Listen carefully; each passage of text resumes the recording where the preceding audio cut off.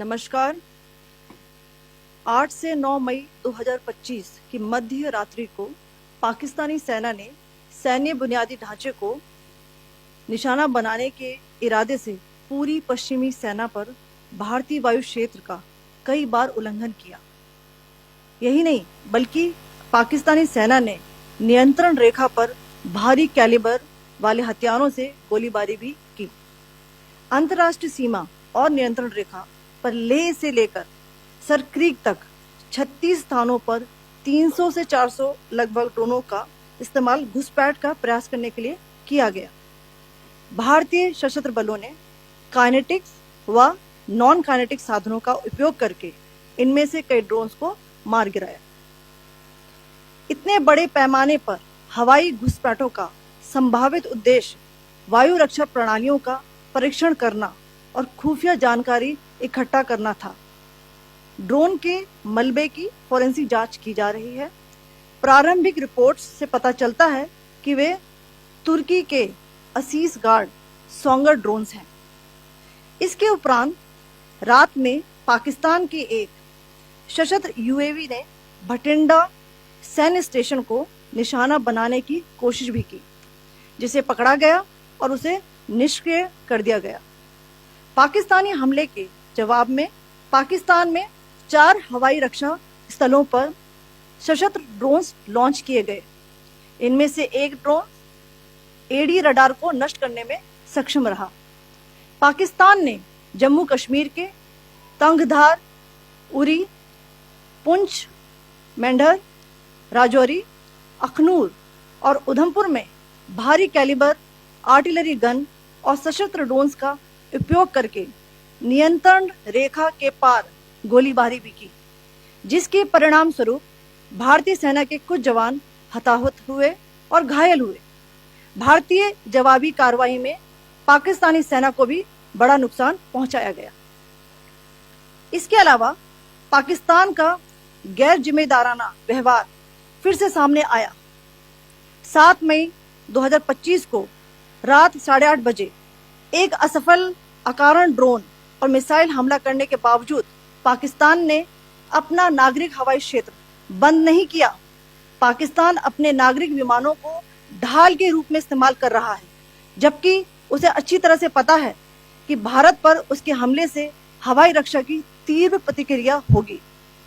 यह भारत और पाकिस्तान के बीच अंतर्राष्ट्रीय सीमा के पास उड़ान भरने वाले अंतर्राष्ट्रीय उड़ानों सहित नागरिक विमानों के लिए सुरक्षित नहीं है। यहां स्क्रीन शॉट में पंजाब सेक्टर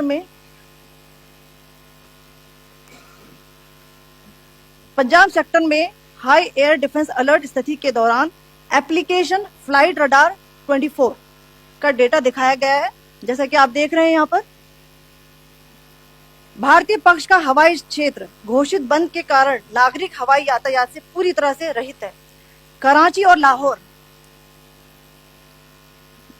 के बीच के हवाई अड्डे मार्ग पर नागरिक एयरलाइंस उड़ान भर रही है। हाई अलर्ट किया गया है विमान फ्लाइनेस एविएशन का एयरबस 320, जैसा कि आप यहां देख रहे हैं,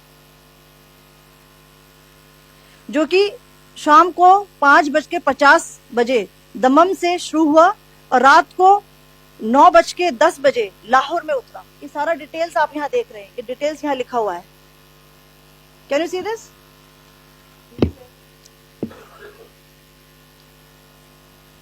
भारतीय वायुसेना ने अपनी प्रतिक्रिया में काफी संयम दिखाया और इस प्रकार अंतर्राष्ट्रीय नागरिक विमान सेवा की सुरक्षा सुनिश्चित की। धन्यवाद। जय Hind. So, good afternoon to you all. On the intervening night of 8th-9th May 2025, Pakistan military carry out multiple violations of Indian airspace along the entire western border with an intent to target military infrastructure. Pakistan military also resorted to firing of heavy caliber weapons along the line of control. Along the international border and line of control, drone intrusions were attempted from Leh to Sarkreek at 36 locations with approximately 300 to 400 drones. Indian Armed Forces brought down a number of these drones using kinetic and non-kinetic means. The possible purpose of these large-scale aerial intrusions were to test the AD systems and gather intelligence. Forensic examination of the drone debris is being undertaken. Preliminary reports suggest them to be of Aziz Guard Songa drone of Turkey.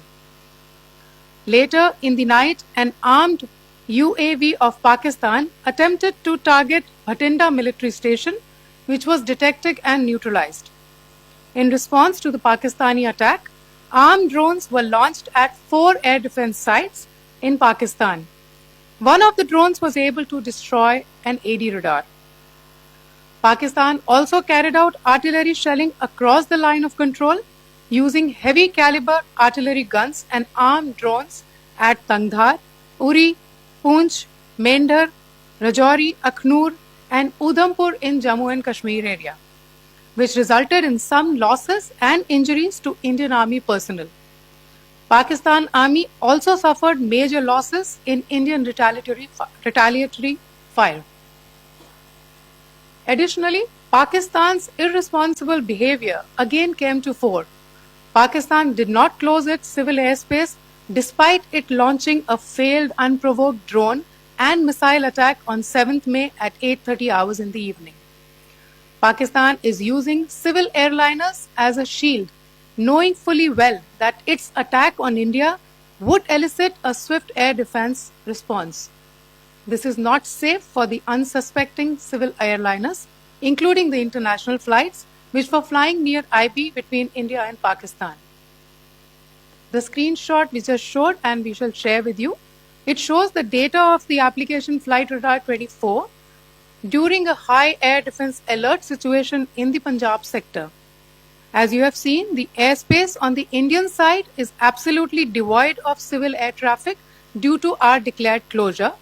However, there are civil airlines flying the air route between Karachi and Lahore.